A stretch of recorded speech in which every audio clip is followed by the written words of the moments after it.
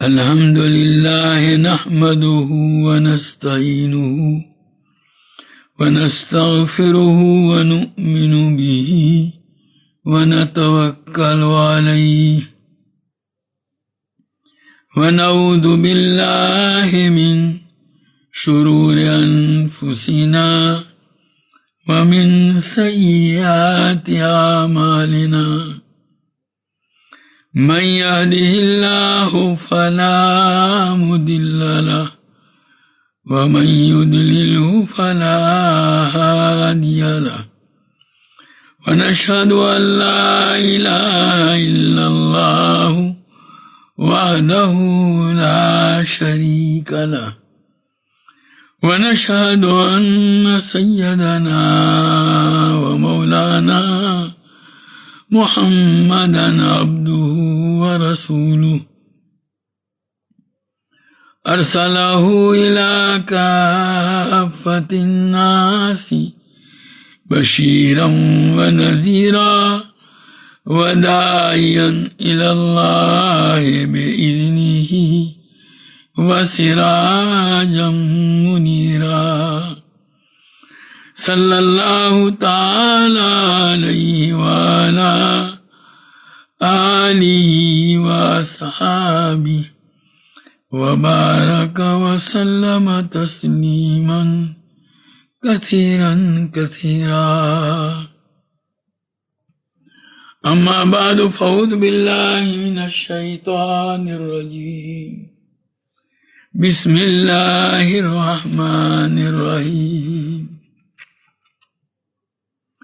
قل إن كنتم تحبون الله فاتبعوني يحببكم الله ويغفر لكم ذنوبكم۔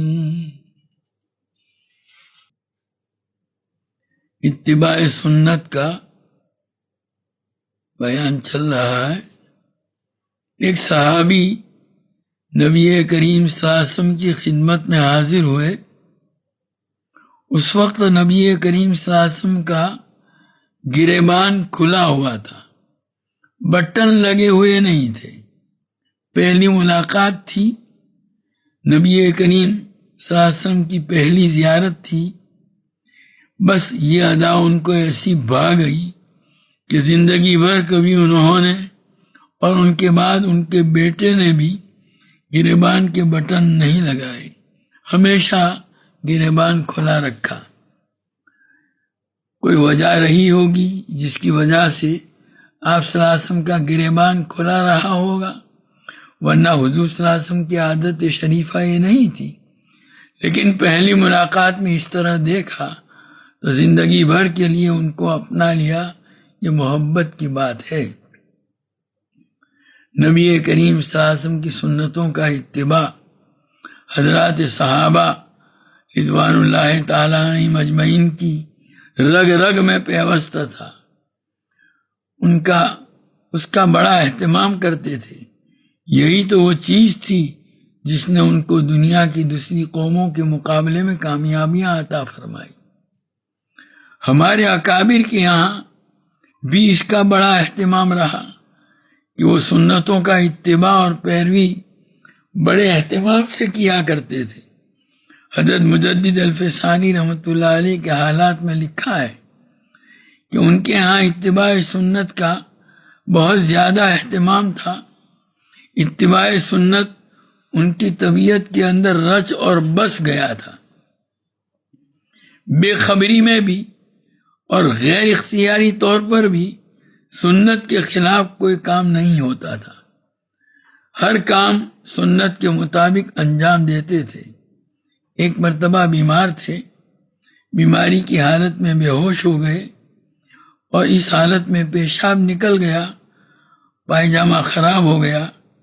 خدام نے اسی بے ہوشی کی حالت میں خراب پائجامہ نکال کر صاف ستھرا پائجامہ بدلوانے کی کوشش کی تو انہوں نے بے خبری میں پہلے دائیں پیر کا پائچہ نکالنے کی کوشش کی۔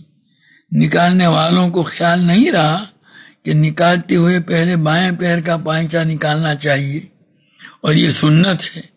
بہرحال انہوں نے پہلے دائیں پیر کا پائچہ نکالنے کی کوشش کی تو حضرت مجدد رحمۃ اللہ علیہ نے بے ہوشی کی حالت میں پیر جھٹک دیا اور دائیں پیر سے پائجامہ نکالنے نہیں دیا۔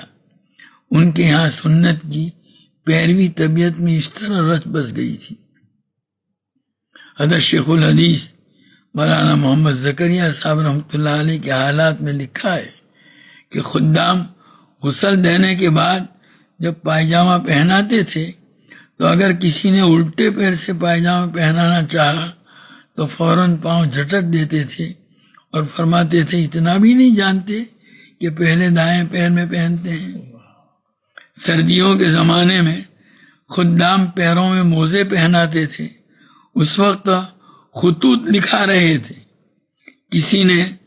کسی کے ساتھ بات چیت کر رہے ہیں یا کسی اور کام میں مشغول ہیں، موزہ پہنانے والا موزہ پہنانے کا کام کر رہا ہے، لیکن اس نے بے خبری میں پہلے الٹے پیر کا پہنانا چاہا تو فوراً تنبیہ فرمائی کہ تمہیں اتنا بھی معلوم نہیں کہ پہلے دائیں پیر میں موزہ پہنا جاتا ہے۔ اس طرح سنتوں کی پیروی ان کے مزاج کے اندر رچی اور بسی ہوئی تھی۔ ایک مرتبہ حضرت شیخ مولانا محمد زکریا صاحب رحمۃ اللہ علیہ کے پاس نیا عبا آیا، کسی نے ہدیہ دیا تھا، جمعہ کے دن پہن کر تشریف لے جا رہے تھے، اچانک نظر پڑی اور یہ اندازہ ہوا کہ آدھی پنڈلی سے نیچے ہے۔ فوراً کہا ذرا ناپ کر دیکھ لو، آدھی پنڈلی سے نیچا ہے یا برابر ہے؟ ناپ کر کے دیکھا تو آدھی پنڈلی سے کچھ نیچا تھا۔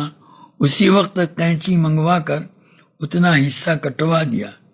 اتنا زیادہ اہتمام ان کے ہاں اتباع سنت کا تھا۔ حضرت مولانا محمد الیاس صاحب رحمۃ اللہ علیہ کے حالات میں لکھا ہے کہ جس زمانے میں آپ بیمار تھے اور جس بیماری میں آپ کا انتقال ہوا، سردی کا زمانہ تھا، چمڑے کے موزے پہنے ہوئے تھے، بیماری کی وجہ سے کمزوری اتنی زیادہ تھی کہ اپنے ہاتھوں سے ان کو نکال نہیں سکتے تھے۔ اشارہ کیا کہ اس کو نکالو۔ جب لوگ نکالنے لگے تو اسی طرح بے خیالی میں لوگوں نے الٹے پاؤں کے بجائے سیدھے پاؤں سے پہلے نکالنا چاہا۔ حضرت نے فوراً پاؤں کھینچ لیا اور وہ سوچنے لگے ایک طرف تو موزے نکالنے کو کہہ رہے ہیں اور دوسری طرف نکالنے کی کوشش کرتے ہیں تو پاؤں کھینچ لیتے ہیں۔ پھر موزہ نکالنے کا اشارہ فرمایا، دوسری مرتبہ بھی ایسا ہی ہوا، پاؤں کھینچ لیا۔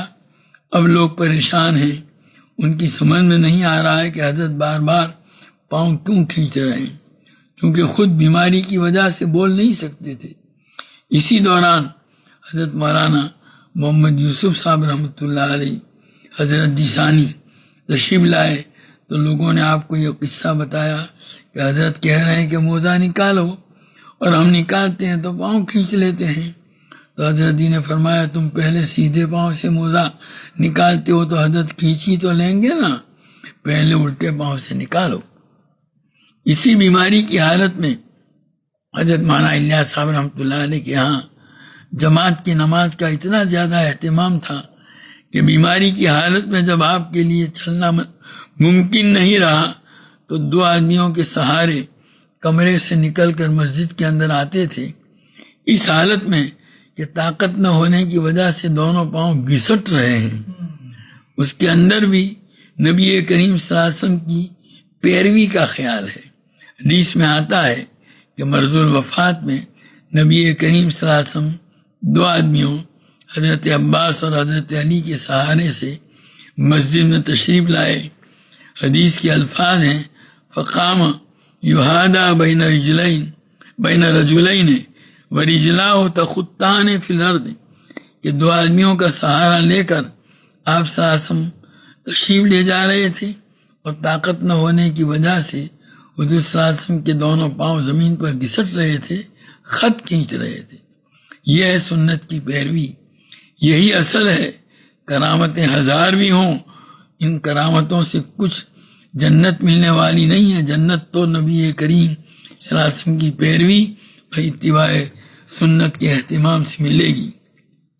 حضرت مجدد الفسانی رحمۃ اللہ علیہ کے حالات میں لکھا ہے کہ ایک مرتبہ چشتیہ سلسلہ کے ایک بزرگ ان کی خدمت میں حاضر ہوئے اور عرض کیا کہ حضرت ایک لمبی مدت سے مجھ پر قبض طاری رہا۔ یہ ایک خاص قسم کی کیفیت ہوتی ہے جس کی وجہ سے آدمی کا جی عبادتوں سے اچاٹ ہو جاتا ہے۔ عبادت تو کر لیتے ہیں لیکن جیسی کیفیت اور لذت ہونی چاہیے وہ حاصل نہیں ہوتی، اس کو انقباضی کیفیت اور قبض کی حالت کہتے ہیں۔ اس سے وہ قبض نہ سمجھنا جو پیٹ کی بیماری کی وجہ سے ہوتا ہے۔ بہرحال انہوں نے عرض کیا کہ میرے اوپر ایک مدت سے قبض طاری رہا، میں اس کی وجہ سے کافی پریشان تھا۔ آپ کے شیخ حضرت خواجہ باقی باللہ رحمۃ اللہ علیہ کی خدمت میں حاضر ہوا اور ان سے اس کی شکایت کی تو انہوں نے دعا اور توجہ کی تو میرا وہ قبض دور ہوا۔ انہوں نے اپنی وفات کے وقت اپنے تمام خلفاء اور مریدین کو آپ کے حوالے کیا۔ اس وقت مجھ پر دوبارہ وہی قبض کی حالت آئی ہے، اس لیے آپ کی خدمت میں حاضر ہوا ہوں، آپ دعا اور توجہ فرمائیے۔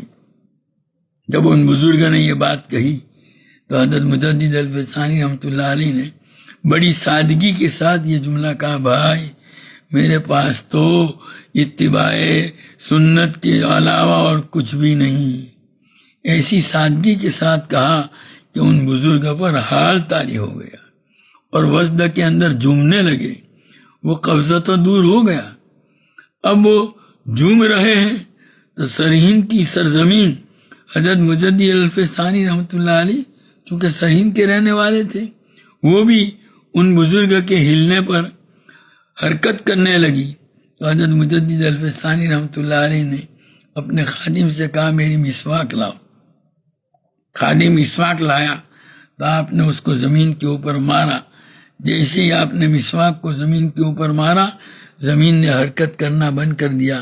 اس کے بعد حضرت مجدد الفسانی رحمۃ اللہ علیہ نے فرمایا کہ تمہاری کرامت کہ زمین حرکت کر رہی، میں اگر اللہ تعالیٰ سے دعا کروں تو مجھے یقین ہے کہ اللہ تعالیٰ میری دعا پر سرہند کے مردوں کو زندہ کر دیں گے، لیکن تمہاری وہ کرامت اور میری یہ کرامت اس عمل کا مقابلہ نہیں کر سکتی کہ آدمی وضو میں مسواک کر کے نماز پڑھے۔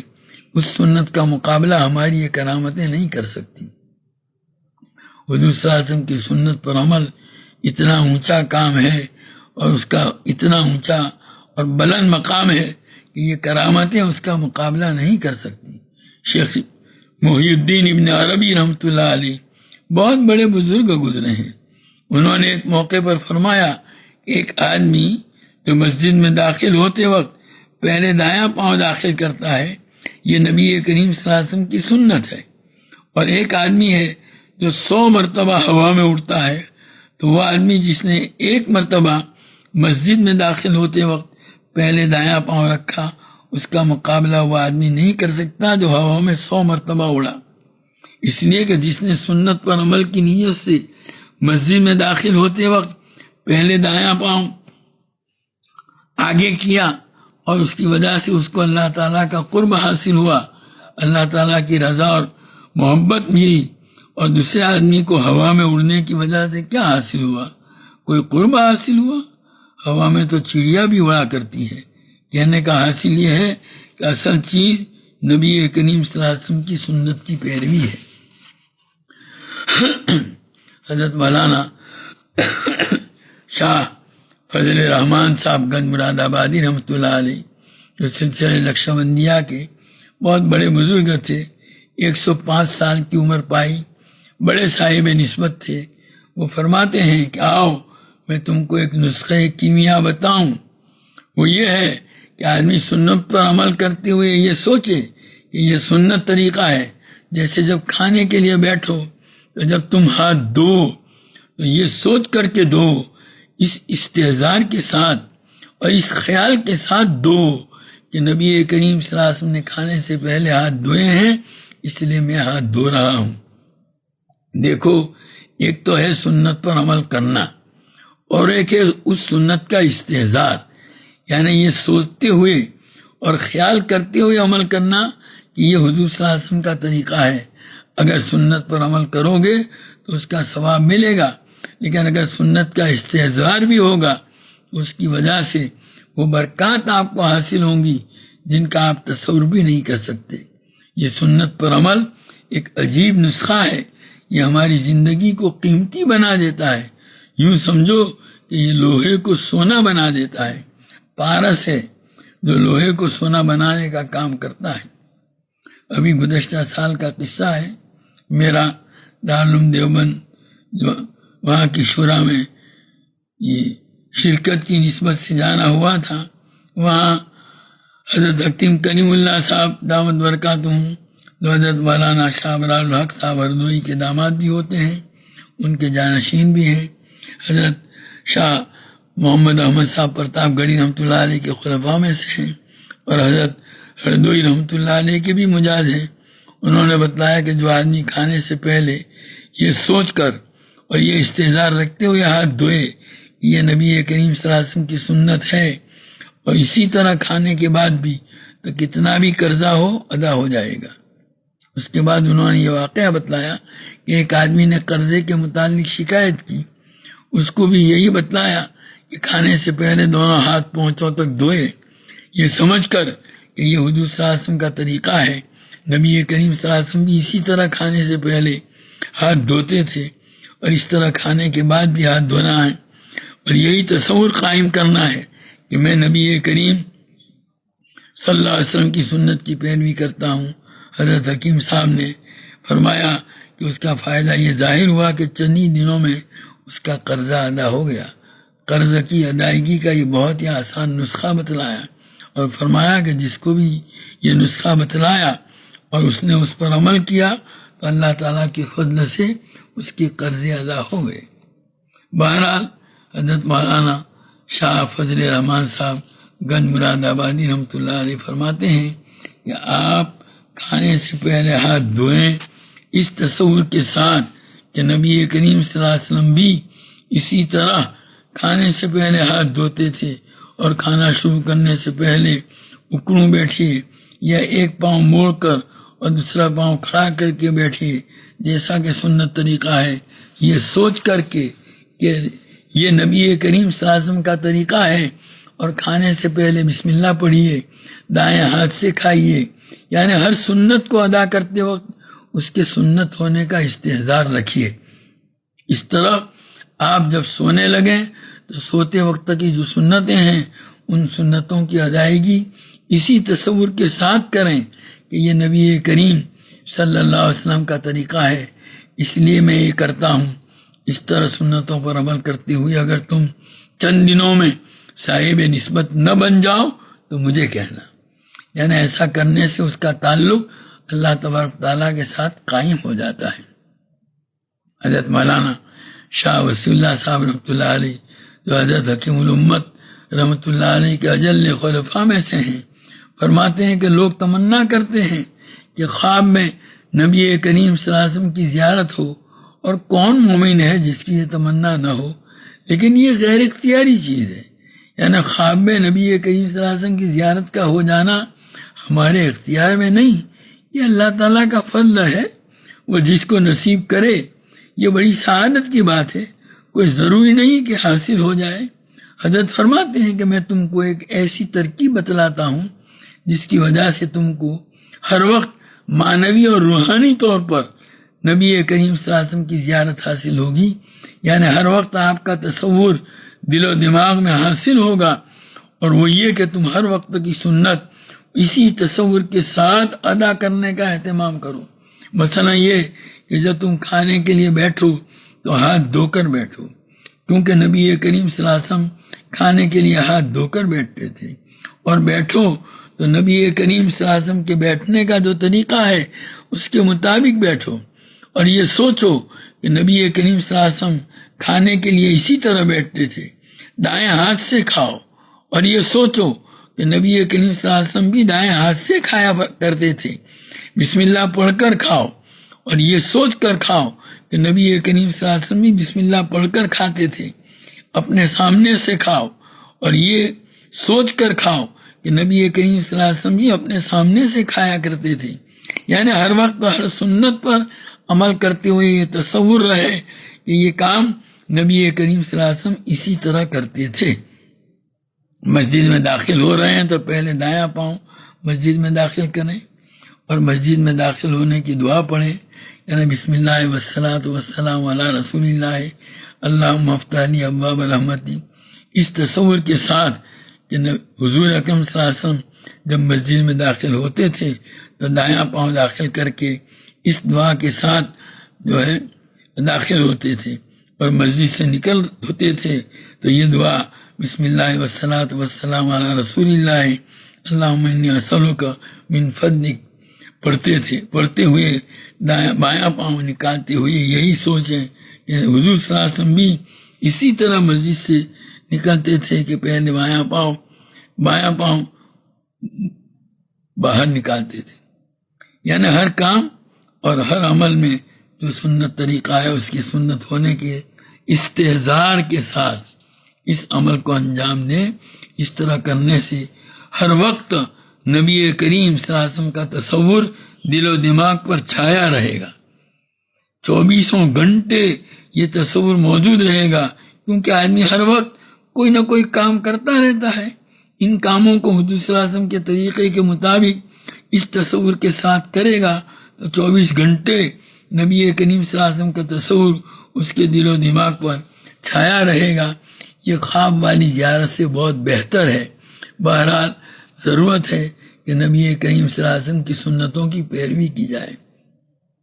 حضرت مفتی محمد شفیع صاحب رحمۃ اللہ علیہ کے متعلق ان کے صاحبزادے حضرت مولانا مفتی محمد تقی صاحب دامت برکاتہم بیان فرماتے ہیں کہ حضرت والی صاحب جب حج کے لیے تشریف لے گئے اور مدینہ منورہ زیارت کے لیے گئے تو وہاں روضہ اقدس پر مواجہہ شریف، یعنی وہ جالی مبارک جس کے سامنے کھڑے ہو کر سلام پیش کیا جاتا ہے، جو لوگ گئے ہیں وہ جانتے ہیں کہ وہاں جالی کے سامنے کچھ فاصلے پر 2 صف کے بعد 2 ستون ہیں. عام طور پر ہمارے اکابر کی عادت یہ تھی، اور میں نے خود اکثر بڑوں کو دیکھا، حضرت مفتی محمود حسن صاحب رحمۃ اللہ علیہ اور دوسرے اکابر کو بھی، کہ وہ بیچ کی جالی ہے اس کے سامنے کا جو ستون ہے اس ستون کے پاس، اور اگر کوئی وہاں کھڑا ہو تو ذرا پیچھے کھڑے ہو رہتے اور آگے نہیں بڑھتے تھے. حضرت مفتی محمد شفیع صاحب فرماتے ہیں کہ میں ہمیشہ اسی ستون کے پاس کھڑے رہ کر سلام پیش کرتا تھا، جبکہ دوسرے لوگ بالکل قریب جانے کی کوشش کرتے تھے، جالی سے چپکنے کے چکر میں رہتے تھے. اب تو چپکنے کی شکل نہیں رہی کہ ان لوگوں نے دیوار سی بنا دی ہے. پہلے دیوار نہیں تھی، اس وقت جالی کے پاس جاتے تھے اور اس کو چھوتے تھے. حضرت مفتی محمد شفیع صاحب رحمۃ اللہ علیہ فرماتے ہیں کہ میں زیارت کرتے ہوئے دیکھ رہا ہوں کہ لوگ بالکل جالی کے قریب پہنچ رہے ہیں اور اس کو چھو رہے ہیں. ایک مرتبہ میں اسی طرح اپنی عادت کے مطابق اس ستون کے پاس کھڑا رہ کر زیارت کر رہا تھا، سلام عرض کر رہا تھا کہ میرے دل میں ایک دم غیر اختیاری طور پر خیال آیا کہ تو کیسا محروم اور بد نصیب ہے، یہاں آنے کے بعد بھی قریب نہیں جاتا، اتنا دور رہتا ہے. دیکھ لوگ کیسے حضور صلی اللہ علیہ وسلم کے روضے کے قریب جا رہے ہیں اور جالی سے چمٹنے کی کوشش کر رہے ہیں، اور تو اتنا دور کھڑا ہے اور سلام عرض کر رہا ہے. غیر اختیاری طور پر یہ خیال میرے دل میں آیا. فرماتے ہیں کہ دل میں یہ خیال آیا ہی تھا کہ اسی دوران میں نے آواز سنی، اندر سے آواز آئی کہ نبی کریم صلی اللہ علیہ وسلم فرماتے ہیں جو لوگ میری سنت پر عمل کرتے ہیں وہ مجھ سے قریب ہیں چاہے ہزاروں میل دور رہتے ہوں، اور جو میری سنت پر عمل نہیں کرتے وہ مجھ سے دور ہیں چاہے میری جالی سے چمٹے ہوئے ہوں. اور یہ بھی فرمایا لوگوں کو میری یہ بات بتا دو. چنانچہ حضرت مولانا مفتی محمد شفیع صاحب رحمۃ اللہ علیہ اپنے بیانات کے اندر بھی یہ بات بیان فرماتے تھے، لیکن یہ کہہ کر نہیں کہ یہ واقعہ میرے ساتھ پیش آیا، بلکہ یہ کہہ کر کہ اللہ کا ایک بندہ حج میں گیا تھا، سلام کے وقت اس کے ساتھ یہ واقعہ پیش آیا اور انہیں نبی کریم صلی اللہ علیہ وسلم نے یہ ہدایت کی، اپنا نام کبھی نہیں بتلایا، یہ تو ان کے صاحبزادے تھے اس لیے ان کو بتلایا۔ میں یہ عرض کرنا چاہ رہا ہوں کہ نبی کریم صلی اللہ علیہ وسلم کا قرب اور نزدیکی حاصل کرنے کا ذریعہ اگر کوئی ہے تو اتباع سنت ہے۔ یہی چیز ہمیں نبی کریم صلی اللہ علیہ وسلم کے قریب کرے گی، ورنہ سب کچھ کر رہے ہیں اور سنت کی اتباع کا اہتمام نہیں ہے تو کوئی فائدہ نہیں۔ اس لیے ہر چیز میں سنتوں کی پیروی کا اہتمام ضروری ہے۔ حضرت مولانا سید حسین احمد مدنی رحمۃ اللہ علیہ کو آخری بیماری میں ایسی کمزوری لاحق ہو گئی تھی کہ بغیر سہارے اور ٹیک کے بیٹھ نہیں سکتے تھے، دیوار یا تکیے کا سہارا لینا پڑتا تھا یا کسی آدمی سے ٹیک لگا کر بیٹھتے تھے۔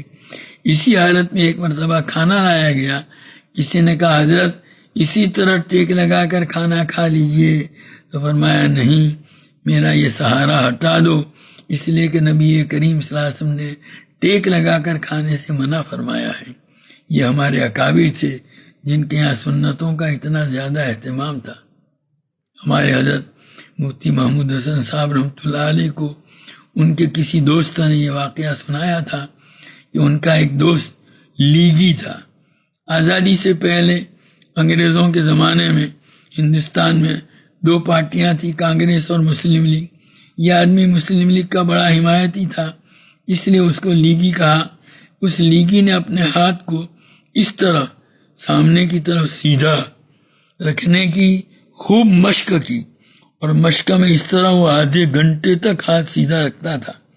ایک مرتبہ اسی طرح مشق کرنے کے بعد حضرت مولانا حسین احمد مدنی رحمۃ اللہ علیہ سے ملاقات ہوئی اور اس نے آپ سے مصافحہ کیا، اور حدیث میں یہ آتا ہے کہ جب کوئی آدمی نبی کریم صلی اللہ علیہ وسلم سے مصافحہ کرتا تو جب تک وہ اپنا ہاتھ کھینچتا نہیں تھا اس وقت تک نبی کریم صلی اللہ علیہ وسلم بھی اپنا دست مبارک کھینچتے نہیں تھے۔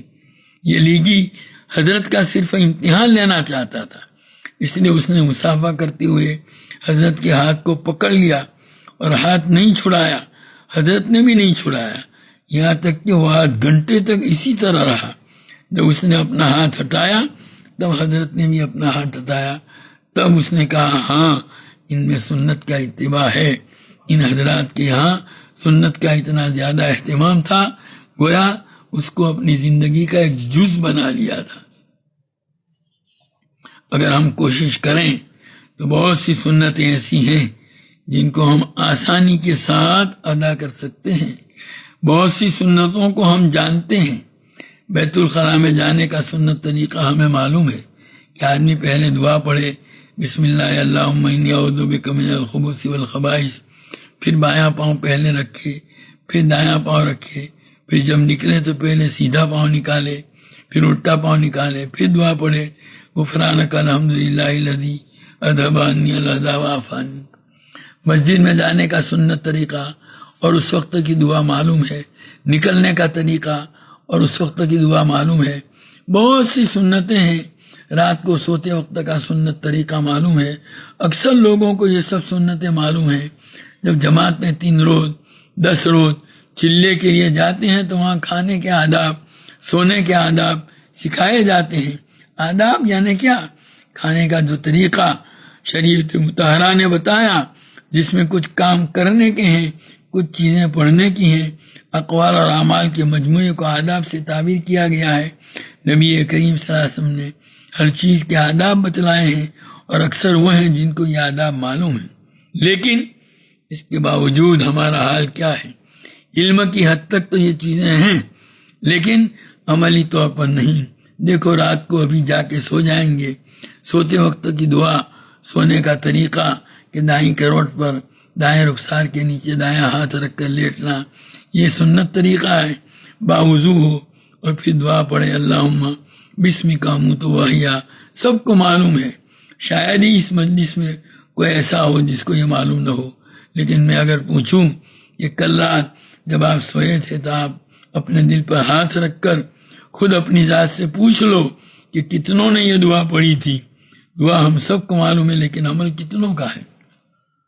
بیت الخلاء میں جانے کا سنت طریقہ، آدمی پہلے دعا پڑھے اللہم انی اعوذ بک من الخبث والخبائث، پھر وہاں بایاں پاؤں پہلے رکھے، پھر دایاں پاؤں رکھے، فارغ ہو کر جب نکلے تو پہلے دایاں پاؤں نکالے، پھر الٹا پاؤں نکالے، پھر دعا پڑھ لے غفرانک الحمدللہ الذی اذھب عنی العذاب وعافانی۔ بہت سے ہیں جن کو یہ طریقہ معلوم ہے، دعا معلوم ہے، لیکن اگر میں پوچھوں گا کہ ابھی کچھ دیر پہلے جب آپ بیت الخلاء میں داخل ہوئے تھے تو کیسے داخل ہوئے تھے، جواب ملے گا کہ معلوم نہیں۔ قضاء حاجت کا جب وقت آتا ہے نا تو بھاگے دوڑے جاتے ہیں، دروازہ کھول کر گھس جاتے ہیں، نہ دعا یاد، نہ یہ معلوم کہ پہلے سیدھا پاؤں اندر پڑا، پھر الٹا یا پہلے الٹا اندر گیا، پھر دایاں، کچھ پتہ نہیں۔ آج اس مجلس میں جتنے بھی میرے بھائی ہیں چھوٹے بڑے، سب کی خدمت میں یہ عرض کروں گا کہ ایسی بہت سی سنتیں ہیں جو ہمیں اور آپ کو معلوم ہیں، آج یہ طے کر لیں کہ آج ہی سے ان سنتوں پر عمل کا اہتمام کریں گے۔ ویسے بھی یہ مبارک مہینہ ہے، نبی کریم صلی اللہ علیہ وسلم کی یادگار کے طور پر ان سنتوں کو زندہ کرنے کا عہد کریں۔ ہم ظاہری طور پر بہت کچھ کر ڈالتے ہیں، لیکن جو اصل چیز ہے اور جس کے لیے نبی کریم صلی اللہ علیہ وسلم کی بعثت ہوئی ہے وہ یہ ہے کہ ہم ہر کام میں نبی کریم صلی اللہ علیہ وسلم کی سنت کی پیروی کریں۔ ہم جو بھی کام کریں سنت کے مطابق کریں، کوئی کام خلاف سنت نہ ہو۔ حضرت مولانا انعام الحسن صاحب حضرت جی رحمۃ اللہ علیہ فرمایا کرتے تھے، میں یہ نہیں کہتا کہ سب سنتوں پر عمل کرو، لیکن یہ کہتا ہوں کہ جو کرو سنت کے مطابق کرو۔ اس طرح جب ہماری زندگی میں سنت آ جائے گی تو پھر دیکھنا اس کی کیسی برکات حاصل ہوتی ہیں۔ اس کا اہتمام آج ہی اور ابھی سے شروع کر دینا چاہیے۔ اللہ تبارک تعالی ہم سب کو اس کی توفیق و سعادت عطا فرمائے۔ وآخر دعوانا الحمدللہ رب العالمین۔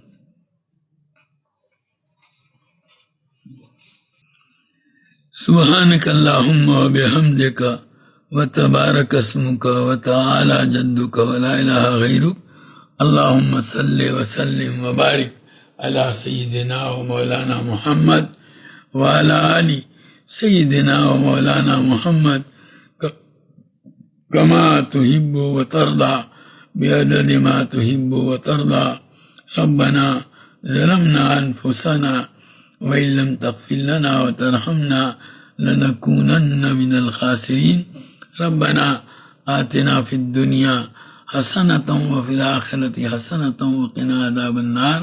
اے اللہ تو ہمارے گناہوں کو معاف فرما، ہماری خطاؤں سے درگزر فرما، تیری مرضیات پر ہم کو زیادہ سے زیادہ چلا کر تیری نامرضیات سے ہماری پوری حفاظت فرما۔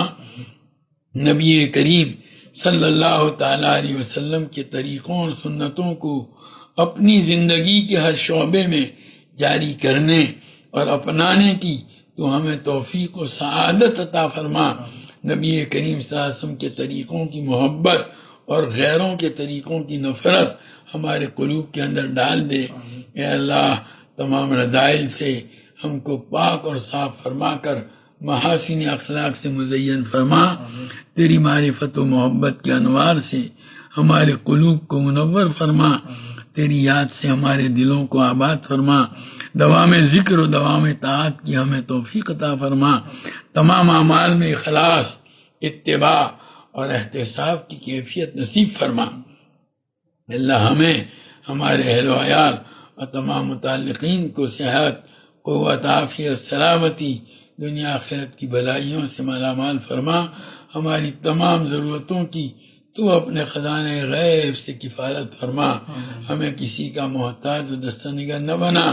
ہماری روزیوں میں برکت اور وسعت عطا فرما۔